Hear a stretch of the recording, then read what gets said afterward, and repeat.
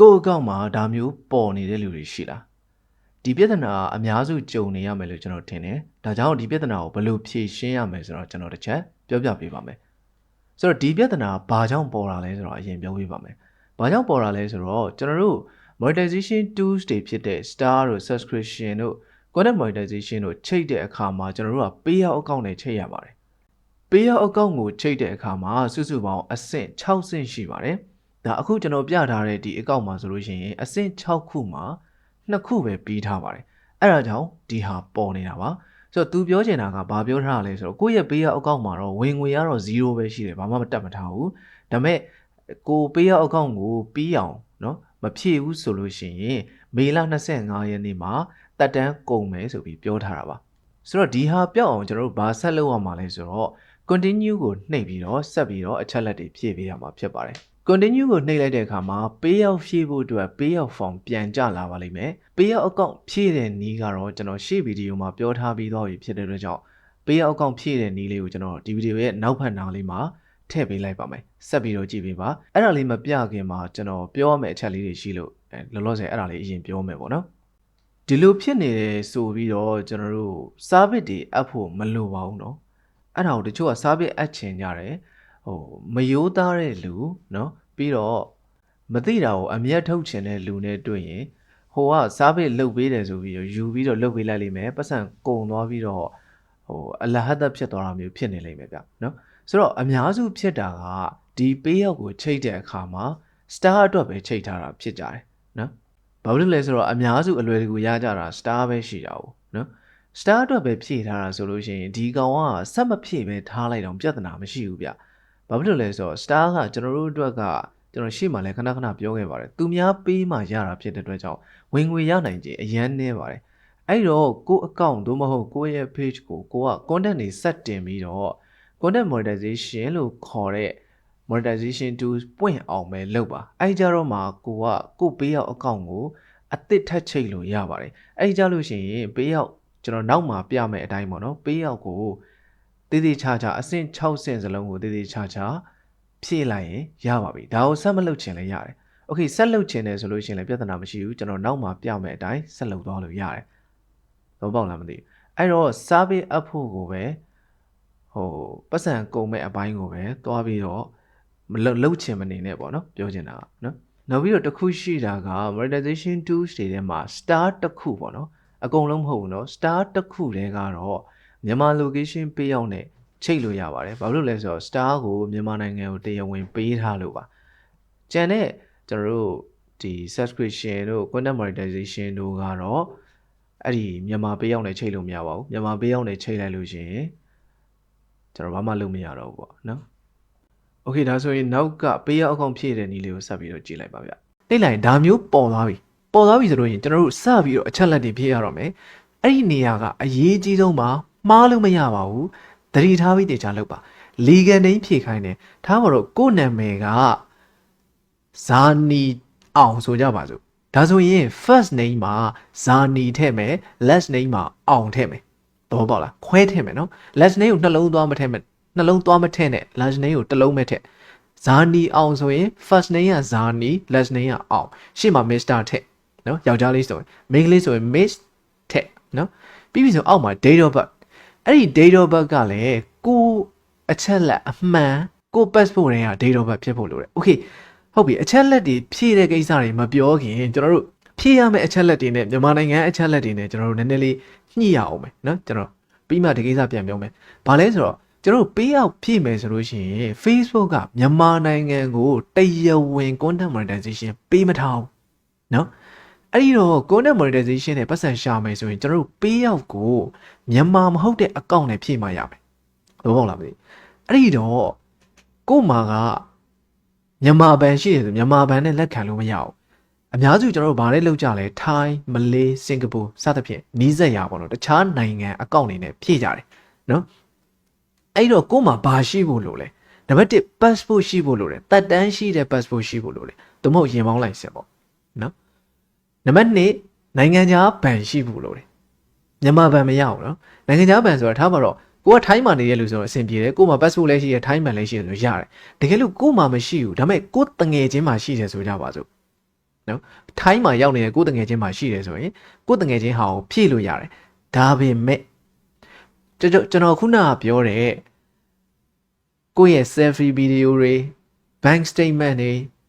ID တွေတောင်းလာပြီဆိုလို့ရှိရင်ကိုယ့်တငယ်ချင်းကအဲ့အချက်လက်တွေကိုလုတ်ပေးနိုင်တဲ့လူဖြစ်ရမယ်တော့ပေါ့လားမသိနော် okay အဲ့ဒီတော့ကျွန်တော်တို့ကိုယ်မှာ passport ရှိရမယ်နိုင်ငံခြားဘဏ်ရှိရမယ်နိုင်ငံခြားဘဏ်ဆိုတာထားပါတော့ကိုကမလေးမှာနေတဲ့လူဆိုမလေးဘဏ်ရှိရင်ရပြီ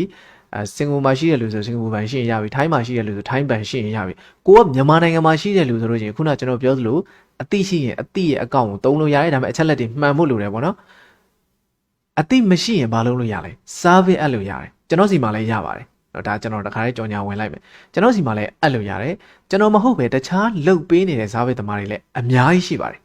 သူတို့စီမှာအပ်လို့ရပါတယ်ဆိုတော့ service အပ်ပြီဆိုရင်ပတ်စံကုန်ပါပြီအဲ့တော့ပတ်စံကုန်ပြီဖြစ်တော့ကြောင့်ကိုက star လေးပဲရသေးတာ subscription လေးပဲရသေးတာနဲ့တော့သွားမအပ်ပါနဲ့ကိုဘာမှမရမှာမဟုတ်သေးဘူးကိုနဲ့ monetization ရပြီဆိုမှသွားအပ်ပါတော့ပေါ့လားမသိနော်အဲ့တော့ကိုယ်တိုင်ဖြစ်မဲ့လူတွေအတွက်ကျွန်တော်ဆက်ပြောပြပါမယ်ဟုတ်ပြီကို့မှာ passport လည်းရှိတယ်နိုင်ငံခြားဘဏ်လည်းရှိတယ်လက်ရှိပဲဒီဘက်မှာနေတယ်ဆိုလို့ရှိရင်ကျွန်တော်ဒီတိုင်းလိုက်ဖြေပါနော် first name last name ကျွန်တော်ခုနကပြောသလိုlast name မှာတစ်လုံးပဲထည့်အရှိမကိုယ်နာမည်၄လုံးရှိရဆိုရင် first name မှာ၃လုံးထည့်ဗျာ last name မှာတစ်လုံးပဲထည့်တော့ပေါ့လားခွဲထည့်လိုက်ရုံပဲနော်အောက်က date of birth ကကျွန်တော်မွေးနေ့နော်မွေးနေ့လည်းမှန်အောင်ထည့်ပါကိုက passport နဲ့တင်မှာဆိုလို့ရှိရင်ကို passport ID ကိုအသေးထားမှာဆိုလို့ရှိရင် ID passport တွေကမွေးနေ့နဲ့ကွက်တိထည့်ပါလွဲလို့မရပါဘူးလွဲရင်လက်မခံဘူးနော်နောက်တစ်ခုကနိုင်ငံရွေးခိုင်းတယ်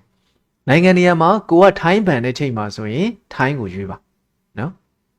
်ပြီးရင်အောက်မှာဒီကောင် business တိုက်မှာကိုက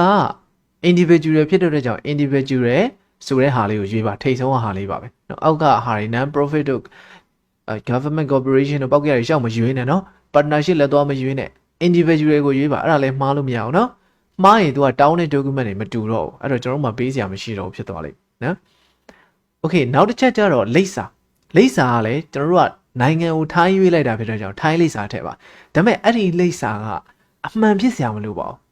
နော်ရှောက်ထည့်လိုက်လို့လည်းရတယ်ဘာလို့လဲဆိုတော့ကျွန်တော် ID တင်တဲ့အခါမှာလိပ်စာမကြည့်ဘူးနော်ကျွန်တော်ကိုယ်တိုင်တင်ပြီးပြီမို့လို့အဲ့တော့ထိုင်းနိုင်ငံရဲ့လိပ်စာတစ်ခုကိုဖြစ်ရင်ရတယ်ပြီးပြီဆိုရင် zip code တွေပါတယ်ထည့်ပါနော် okay ပြီးပြီဆိုရင်အရေးကြီးတဲ့နံပါတ် TIN အခွန်ဆောင်တဲ့နံပါတ်ပေါ့ဗျာမြန်မာလိုပြောရမယ်ဆိုအခွန်ဆောင်တဲ့နံပါတ်ကဘာထည့်ရမှာလဲအများစုမသိကြတာအခွန်ဆောင်တဲ့နံပါတ်ကဘာထည့်ရမှာလဲဆိုတော့ကိုယ့်ရဲ့ passport နံပါတ်ထည့်လို့ရပါတယ်နော်ကျွန်တော်ကိုယ်တိုင် passport နံပါတ်ထည့်ထားတဲ့အကောင့်ကိုကျွန်တော် passport နဲ့တင်ပြီးတော့အောင်ပြီးသွားပါပြီအဲ့တော့ passport ထည့်လို့ရပါတယ်နော်ဟုတ်ပြီနော်အခွန်နံပါတ်ဆိုတာကမြန်မာနိုင်ငံသားတွေနဲ့တော့မရင်းနှီးဘူးဗျပြည်ပမှာဆိုလို့ရှိရင်ထိုင်းမှာနေတဲ့လူဆိုအခွန်ဆောင်နေတဲ့လူဆိုရင်သူ့မှာအခွန်နံပါတ်ရှိတယ်ဗျဒါပါတော့မလေးမှာနေတဲ့လူလည်းအခွန်ဆောင်တဲ့လူအခွန်နံပါတ်ရှိတယ်စင်ကာပူမှာနေတဲ့လူအခွန်နံပါတ်ရှိတယ်သူတို့တွေကတော့သိလိမ့်မယ်အဲ့တော့အခွန်နံပါတ်ကအခွန်ဆောင်တဲ့နံပါတ်ကိုကဆောင်အခွန်ဆောင်နေတာမဟုတ်ဘူးကို့မှာမရှိဘူးဆိုလို့ရှိရင် passport နံပါတ်ကိုထည့်ပါရပါတယ်နော် passport နံပါတ်ကဘယ်လိုလာလဲဆိုတော့အရှိရအင်္ဂလိပ်စကားလုံး2လုံးနဲ့အင်္ဂလိပ်စလုံး2လုံးနဲ့နောက်ကနံပါတ်6လုံးနဲ့လာတယ်နော်ဆိုတော့အဲ့ဒီဟာကိုထည့်ပါဒါ TIN နံပါတ်က passport နံပါတ်ထည့်လို့ရပါတယ်ဆိုတော့ passport နံပါတ်ထည့်ရင်တကယ်လို့ Facebook ဘက်က ID တောင်းလာတဲ့အခါ passport နဲ့ပဲ ID တင်ပေးပါနော်အောက်ကဒီ birth registration number ဆိုတော့ထည့်စရာမလိုဘူးဘေးမှာ optional လို့ရေးထားတယ်ဆိုတော့တခါတည်းဘ ഹു ဒုရရအောင်ပြောပေးမယ် form ဖြည့်တဲ့အခါမှာဘယ် form ပဲဖြစ် optional လို့ပါရင်ခြံခဲ့လို့ရပါတယ်ဟုတ်ပြီနော်ဒါဘ ഹു ဒုရတခါတည်းပြောပေးတာပြီးရင်အောက်မှာအမှန်လေးချေပြီးရင်နောက်တစ်ဆင့်ဆက်သွားလိုက်နောက်တစ်ဆင့်ကျရင်ဘဏ်အကောင့်ချိတ်ခိုင်းပြီအဲ့မှာ PayPal အကောင့်နဲ့ချိတ်လို့ရတယ်ကို့မှာ PayPal အကောင့်ရှိရင်တော့ချိတ်ပေါ့နော်ဒါပေမဲ့အဲ့ဒီ PayPal အကောင့်ရဲ့နာမည်ကကိုအခုပေးရောက်ချိတ်တဲ့အကောင့်ရဲ့နာမည်နဲ့တူရမယ်အဲ့ဒါလည်းသတိထားနော်တူရမယ်နော်အဲ့တော့ကျွန်တော်တို့အပေါ်က wire transfer bank transfer နှစ်ခုလုံးကြိုက်တာသုံးလို့ရပါတယ်ကျွန်တော်တို့အောက်က wire transfer နဲ့ပဲသုံးပါတယ်ဆိုတော့ wire transfer ကိုရွေးပြီးရင် link payout method ဆိုတဲ့အပြာလေးကိုနှိပ်လိုက်ပါနော် sorry ပြီးပြီဆိုရင်ကျွန်တော်တို့နိုင်ငံရွေးရပါတယ်ကိုချိတ်မဲ့ဘဏ်အကောင့်ရဲ့နိုင်ငံပေါ့နော်ကိုကထိုင်းဘဏ်အကောင့်ချိတ်မှာဆိုရင်ထိုင်းနိုင်ငံကိုရွေးနော်အဲ့မှာ account holder name ကခုနအတိုင်းပဲ payout account ဖွင့်ထားတဲ့နာမည်နဲ့တူရပါမယ်မတူရင် ID တောင်းတဲ့အခါ document အပိုတွေထပ်တောင်းတတ်တယ်နော်အဲ့တော့ account holder name ကကျွန်တော်တို့ဒီ payout account နာမည်နဲ့တူရမယ် ID တွေကနာမည်နဲ့လည်းတူရမယ်အောက်က Swift code ဆိုတာကဘဏ်ရဲ့နိုင်ငံခြားငွေလွှဲပြောင်းမှုကုတ်ပေါ့ဗျာပြောရမယ်ဆိုလို့ရှိရင် तू ကဘယ်နှလုံးရှိလဲဆိုတော့8လုံးရှိပါတယ်ထားပါတော့ထိုင်းမှာဆိုရင် Bangkok ဘဏ်ဆိုလို့ရှိရင် BKK BTH BK အဲ့လိုမျိုးရှိတယ်ရှားတာမခက်ဘူးကို့ဘဏ်ကထိုင်းမှာတော့ထိုင်းမှာဆိုရင်Kasikorn ဘဏ်ဆိုရင် Kasikorn Swift code ဆိုပြီး Google မှာရိုက်ရှာလိုက်အဲ့လိုအင်္ဂလိပ်စကားလုံးအကြီးတွေနဲ့ကဏ္ဍ8လုံးကြာလာလိမ့်မယ်အဲ့လိုပဲကိုက SCB ဘဏ်ဆိုရင် SCB ဘဏ် Swift code ဆိုပြီးရိုက်ရှာလိုက်ကြာလာလိမ့်မယ်အဲ့ဒါအမှန်ပဲကျွန်တော်ခုနပြောသလို BKK BTH BK တော့ပေါ့လားထားပါတော့ဗျာ SCB ဆိုလို့ရှိရင် SCB BTH BK ဒါမျိုးဖြစ်လိမ့်မယ်တော့ပေါ့လားမသိဘဏ်နာမည်နဲ့ BTH BK နဲ့တွဲပြီးလာမှာအဲ့ဒါ Swift code နော်နောက်တစ်ခုကဘဏ် account number ဒါကတော့ကို့ဘဏ်ရဲ့ account number ကိုထည့်ပေးလိုက်ပါနော်ပြီးပြီဆိုလို့ရှိရင်ကျွန်တော်တို့ link payout method ကိုနှိပ်ပြီးတော့နောက်တစ်ဆင့်ထပ်သွားလိုက်နော်နောက်တစ်ဆင့်ကျတော့သူကဒီမှာ text info ဖြည့်တဲ့နေရာကိုရောက်သွားတယ်တချို့ကအဲ့နေရာမှာဖြည့်မရဘဲနဲ့တိုင်ပတ်သွားတတ်တယ်အဲ့ဒါကတချို့ဖုန်းတွေမှာerror တက်တာပေါ့နော်ဖုန်းမှာဆက်လုပ်လို့မရတာအဲ့ဒါဘယ်မှာဆက်လုပ်လို့ရလဲဆိုတော့ကိုဖုန်းမှာပဲဖုန်းရဲ့ browser တွေကိုဝင်ပြီးတော့ကို Facebook account ကို login ဝင်ပြီးတော့ desktop site ဖွင့်ပြီးလုပ်လို့ရတယ်ဗျနော်error တက်ခဲ့လို့ရှိရင်ပေါ့နော်Okay text info ရောက်ပြီဆိုလို့ရှိရင်ဒီစာအပြလေးဖြစ်တဲ့ add text info နှိပ်လိုက်မယ်ပြီးရင်အဲ့ဒီမှာအပေါ်မှာ individual ရွေးထားတာမှန်ရမယ်ပြီးရင်အောက်က are you a US citizen ဒါမှမဟုတ်ရှင် US permanent resident ဟုတ်လားမဟုတ်လားဆိုတော့ US မှာနေတဲ့လူဟုတ်မဟုတ်မေးတာအဲ့တော့ကျွန်တော်တို့ကမဟုတ်ဘူးဖြစ်တဲ့ကြောင့် no ရွေးလိုက်မယ်နော်ဟုတ်ပြီနော် no ရွေးပြီးဆိုအောက်မှာဆိုလို့ရှိရင်ကျွန်တော်တို့ကဂျားကန် agent အနေနဲ့လောက်တာလားလို့မေးတာအဲ့နေရာမှာလဲ no ပဲရွေးလိုက်ရုံပဲနော်ပြီးရင်နောက်တစ်ဆင့်ထပ်သွားနောက်တစ်ဆင့်သွားရင်ကျွန်တော်တို့နိုင်ငံရွေးခိုင်းတယ်ဟုတ်လားအဲ့မှာကိုကထိုင်းဘန်တဲ့ချိန်မှာဆိုရင်ထိုင်းနိုင်ငံကိုရွေးပြီးရင်အောက်မှာ non US တင်ဆိုတာရှိတယ်အဲ့ဒါ TIN ဆိုတာကျွန်တော်တို့ခုနအခွန်ဆောင်တဲ့နံပါတ်ပဲအဲ့တော့အဲ့နေရာမှာကျွန်တော်တို့ passport နံပါတ်ထည့်ထားတာမှန်ပြီဆိုလို့ရှိရင်နောက်ထပ် next ကိုသွားလိုက်ပြီးရင်ကျွန်တော်တို့လိပ်စာဟုတ်လားလိပ်စာရောက်ပြီအဲ့လိပ်စာကလည်းကျွန်တော်တို့ရှေ့မှာဖြည့်ခဲ့တဲ့လိပ်စာသူ့အတူဖြည့်ပြီးသားရှိနေလိမ့်မယ်မရှိဘူးဆိုလို့ရှိရင်ထပ်ဖြည့်လိုက်ပေါ့ဗျာနော်ရှေ့မှာပေးရောက်မှာဖြည့်ခဲ့တဲ့လိပ်စာပဲပြီးရင်နောက်တစ်ဆင့်ကျတော့ကိုယ့်လိပ်စာမှန်မေးတာမှန်တယ်ဆိုလို့ရှိရင်နောက်တစ်ဆင့်ထပ်သွားပြီးရင်နောက်ဆုံးမှာ 0% ကိုရွေးနော်ကျွန်တော်အခွန်ဘယ်လောက်%နှုတ်မယ်ဆိုတော့ကျွန်တော်ရွေးတာအဲ့တော့ 0% ရွေးလို့ရတယ် 0% ရွေးလိုက်ပြီးရင်နောက်ဆုံး next ကိုသွားပြီးတော့နောက်ဆုံးရောက်ပြီဆိုလို့ရှိရင်အဲ့နောက်ဆုံးမှာကျွန်တော်တို့ကကိုယ့်ရဲ့ signature ဆိုတဲ့နာမည်မှာကိုယ့်ရဲ့ပေးရောက်နာမည်ကိုရှေ့မှာဖြည့်ခဲ့တဲ့အတိုင်းဖြည့်ပါတော့ပေါ့လားရှေ့မှာ Mr. Zani အောင်လို့ဖြည့်ခဲ့ရင် Mr. Zani အောင်အဲ့ဒီရှေ့မှာဖြည့်ခဲ့တဲ့အတိုင်းပဲဖြည့်ပါပြီးပြီဆိုလို့ရှိရင် next ကိုသွားလိုက်ပြီးရင်ကျွန်တော်တို့ရဲ့ test form လေးကြာလာလိမ့်မယ်အဲ့ဒီ form ကိုကျွန်တော်တို့ down ထားလို့ရတယ်မ down ထားခြင်းတခါတည်း submit form နှိပ်လိုက်ပေါ့နော် submit form နှိပ်လိုက်ပြီးရင်နောက်တစ်ဆင့်ကြာလို့ရှိရင်ဒါမျိုးပေါ်လာလိမ့်မယ်ပေါ့နော်အချက်လက်တွေမှန်ပေါ့အဲ့မှာ done ဆိုတာကိုထပ်နှိပ်လိုက်ဒါကျွန်တော်ကွယ်ထားတာတော့ကျွန်တော်အချက်လက်လေးတွေဖြစ်နေလို့ပါနော်အဲ့ဒါပြီးသွားပြီပေါ့နော်ဒန်းနှိပ်လိုက်ပြီဆိုလို့ရှိရင်ဒါပေးရောက်အကောင့်ကရသွားပြီပေါ့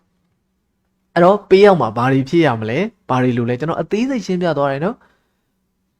ကို့မှာကျွန်တော်ခုနပြောတဲ့အချက်လက်တွေရှိတယ်ဆိုဘာ service မှာအပ်ရမလို့ကိုယ့်အကိုလုပ်ပြီးတော့ကိုယ့်အကောင့်နဲ့ကိုချိန်ပလိုက်လို့ရတယ် service လိုအပ်တယ်ဆိုရင်ကျွန်တော်စီမှာရှိပါတယ်ကျွန်တော်လုပ်ပေးပါတယ်ကျွန်တော်ရဲ့